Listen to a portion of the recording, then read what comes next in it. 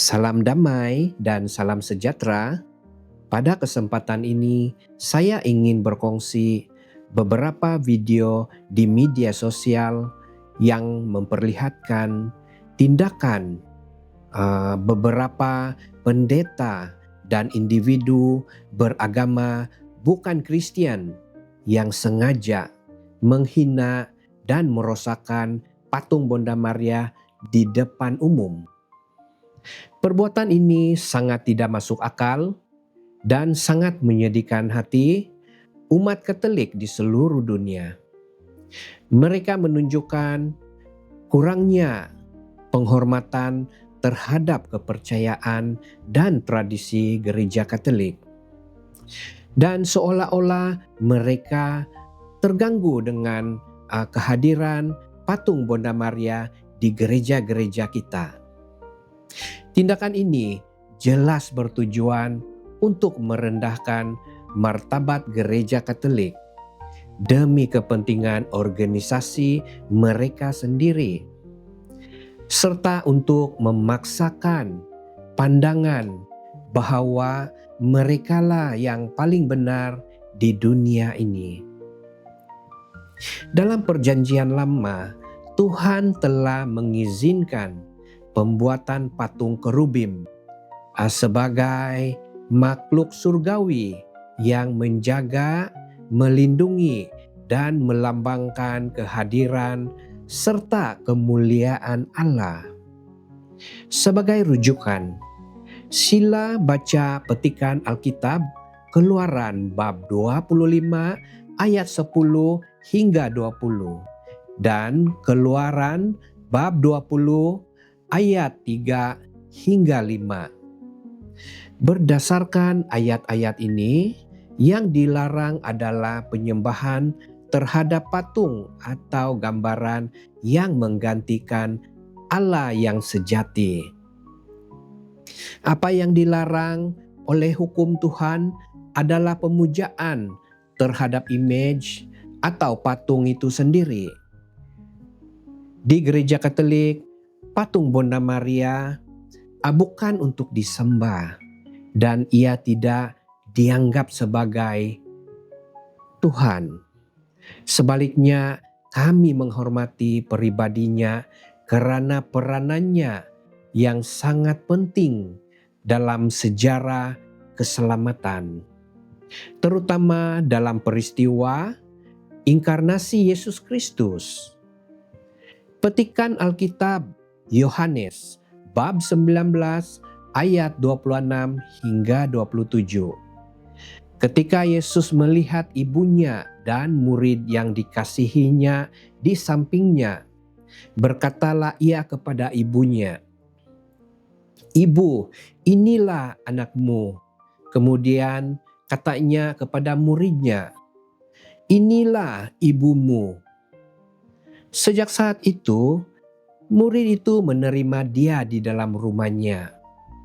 Ayat ini menceritakan ketika Yesus yang sedang disalibkan menunjuk kepada ibu Maria dan muridnya Yohanes serta penyerahkan mereka satu sama lain. Bunda Maria adalah Bunda Allah dan Bunda Penebus. Bunda Maria sangat istimewa.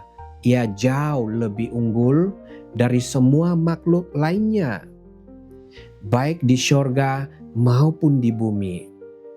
Maria juga disebut sebagai Bunda Gereja karena dia adalah ibu rohani bagi semua umat beriman. Dia menjadi teladan iman dan kasih. Bunda Maria sebagai ibu Yesus memiliki kedudukan khusus dalam doa dan permohonan perantara efektif bagi umat dalam mendekatkan diri kepada Kristus. Doa langsung kepada Tuhan tetap penting. Dan perantaraan Bunda Maria tidak dimaksudkan untuk menggantikan doa langsung kepada Allah. Seperti apa yang saya lakukan apabila mendoakan orang yang dirasuk roh jahat, saya akan langsung terus berdoa memohon kepada Tuhan Yesus untuk pengusiran, pembebasan roh jahat itu. Dan roh jahat itu terus meninggalkan tubuh itu. Dan bukan melalui perantaraan Bunda Maria.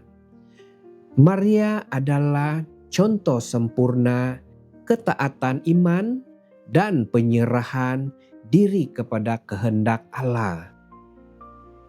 Peranan Maria bukan untuk menyaingi Tuhan, tetapi untuk membantu umat menghayati dan mengarahkan hati kepada Allah.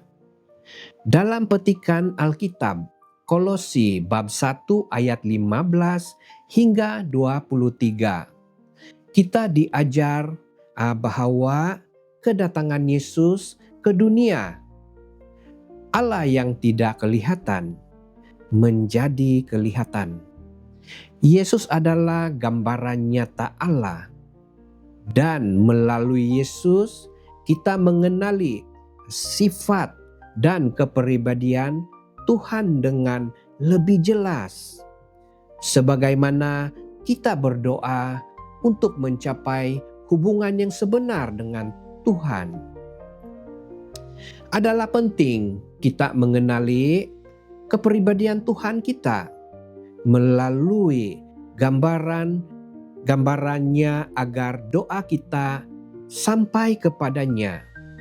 Jika kita tidak mengenali wajah atau bentuk kepribadian Tuhan, doa kita akan terarah kepada Tuhan yang kita tidak kenali.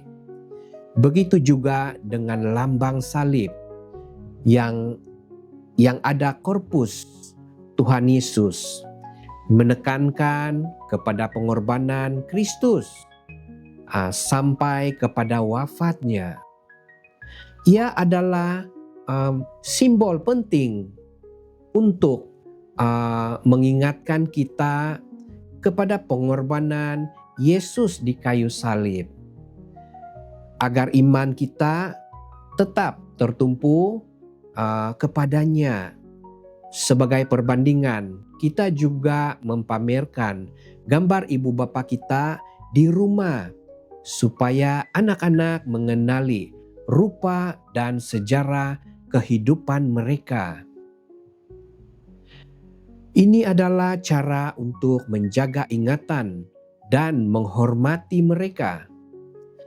Sama seperti itu, kami menghormati pribadi Bunda Maria karena peranannya dalam hidup kami sebagai umat Katolik. Saudara dan saudari yang seiman, jangan biarkan diri kita terhasut atau oleh pandangan atau ajaran dari organisasi atau agama lain. Gereja Katolik sudah berada di jalan yang benar, dan di mana ada Tuhan Yesus, di sana ada Bunda Maria.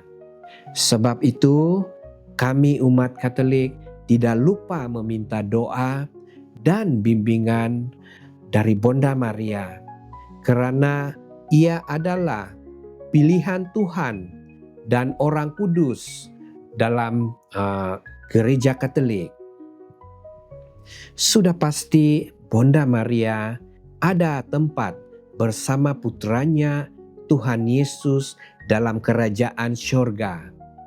Berdoalah kepada Tuhan Yesus dengan mengenali kepribadiannya, agar doa-doa kita sentiasa berpusat dan sampai kepada Tuhan Yesus yang asli. Terima kasih atas perhatian Anda. Dan jangan lupa ikuti video seterusnya. Tuhan memberkati kita semua. Amin.